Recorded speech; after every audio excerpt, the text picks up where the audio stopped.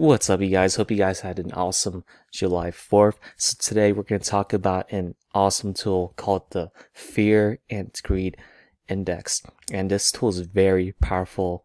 It's more powerful as, or even more powerful than the regular technical analysis using the charts. So here's a little skim through of the website, and I'll go more into depth here in a minute on the Google Doc. So why do we use this Fear and Greed Index? This is great for identifying the overall sentiment, right? The narrative, the story of the different players in the market. And these trends drive where the price action will go. So if you're able to identify zones at which people tend to buy excessively, you can do a counter trade in which you can sell that. Or you can do the opposite, right? Where people tend to sell too much, you can do the counter trade in which you buy in. So the majority of money is made by counter trading the majority. So if most people are greedy, that's when you sell, and then that's when the bigger players tend to dump. When most people are fearful, that's when you buy, as the bigger players will accumulate, as seen by the past 2 months, where the bigger players like Cathie Wood and those venture capitalist investment funds, they've all been buying up the Bitcoin and Ethereum dips. So what is it? It measures how fearful or how greedy the overall market is by several factors. So let's get into the first one. The first one is volatility. So it measures volatility by measuring how much Bitcoin has decreased in value in the 30 days, but also 90 days. So if the volatility rises, that means that people tend to be more fearful. And if volatility decreases, this means that people tend to have stronger conviction in their trade. So what this could look like is that the Bitcoin decreases like 30%, and drops super hard, and volatility goes up, while maybe during a bullish trend, Bitcoin steadily or strongly shoots up in price action. The second factor is market momentum and volume. So this tracks volume in a general direction in 30 and 90 days. So if there's more people buying while the price action is going up, this indicates more bullishness, as there are more players buying into that bullish narrative. However, if there's less people buying while the Bitcoin is going in a downtrend, this indicates more bearishness. So that means that less people are confident in crypto. They're a lot more fearful after probably like a giant dump by big players or something. So this will indicate bearishness, and this will be a perfect time to accumulate. The third factor is social media. So this tool observes social media interactions of various coins. So when there's more people talking about a variety of coins, this indicates more bullishness, right?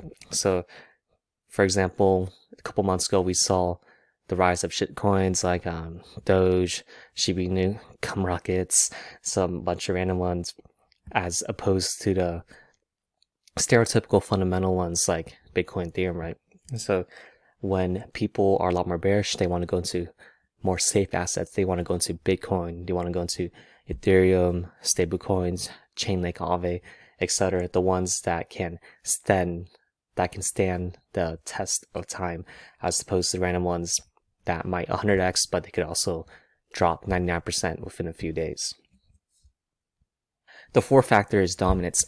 So this tracks Bitcoin and altcoin dominance. So when more people are getting into Bitcoin as opposed to altcoins, this tends to mean that the market is kind of fearful, where they're not willing to get into other altcoins because they're afraid that maybe the altcoins can jump further.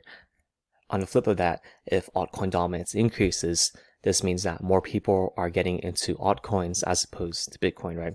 So this means that people think that because Bitcoin is a leading indicator, if Bitcoin steadily goes up, it will increase in value. However, Bitcoin already pulled like a 50,000x, right? It was $1. Now it's like, oh, like a 30,000x as of now after the dump. So now it's 30,000, right? So the rate of return on that compared to other altcoins won't be as high. So people notice. So if Bitcoin goes up, they think that they can get into another altcoin and outperform Bitcoin by getting into these other ones early. So by getting in early, this means that their greed or risk appetite is increased, indicating a more bullish environment. The last factor is trends. So these are trends from search engines like Google. So in a bullish environment, you'll see different search results like, oh, which altcoins to buy, is Bitcoin going to million? Well, in a bearish environment, you might see, oh, Bitcoin price manipulation, how far altcoins will drop, things like that, which will indicate a more bearish environment. Okay, so how do you actually use this tool now that you know how it works? The first one is to dollar cost average in, so buy into a big long position when there's extreme fear, or if you want to be slightly more risky, fear in the market. So for example, right now after that 50% dump for Bitcoin, you can slowly dollar cost average, so slowly buy in weekly a set amounts of Bitcoin, Ethereum, your other favorite ones like PancakeSwap, Curve 1inch, etc.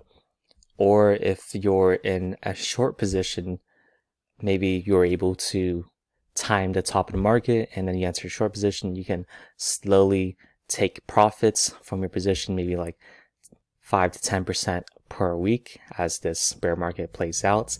So you take, so in an optimal setting, you would slowly take profits in that short position and then go back into stable coins or back into your favorite altcoins that you like to set up for the next bullish leg in the market.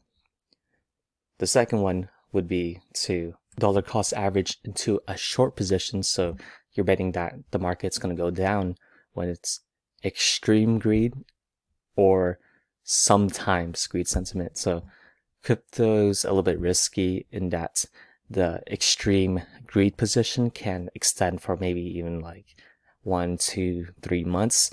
So if you keep trying to short way too early, then that's way too risky. You might get your position destroyed. So if you want to get into a short position, wait not only just on technicals, but based on the emotional environment, like the narrative of the market, right? So for example, a couple months ago, we saw that Ethereum literally went up like 3x. And then from there, people thought it was going to go to like 10K, 15K, 20K. That's when you know, okay. And then it was on extreme greed for, I believe, like 3-4 weeks, right? And then it's a sign that, okay, this might be a great time to slowly stack up a short position or slowly accumulate some stable coins, because a dump will probably come, as crypto always dumps.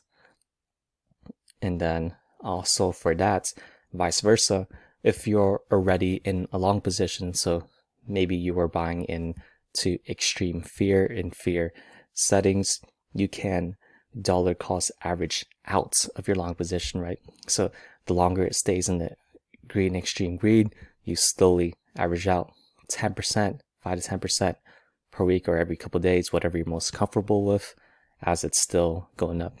So the powerful thing in doing this, slowly scaling out and slowly scaling in, it's very hard to time the bottom and time the top of the market. However, when you dollar cost average at these settings where it's more extreme, you not only get the benefits of it being near the top or near the bottom, you don't have to necessarily time the market. So maybe you time too early and then you sell too early, you miss another 2, 3, 4x gains. Or maybe you bought too early, then you missed another 20, 30, 40% dip that you could have gotten to if you deployed all your capital at once. So hope these tips help. You don't necessarily have to use this tool for the only thing. try to incorporate it into your overall system, as this is just only one factor that can be used in your trading system. So hope it helps, and talk to y'all next time.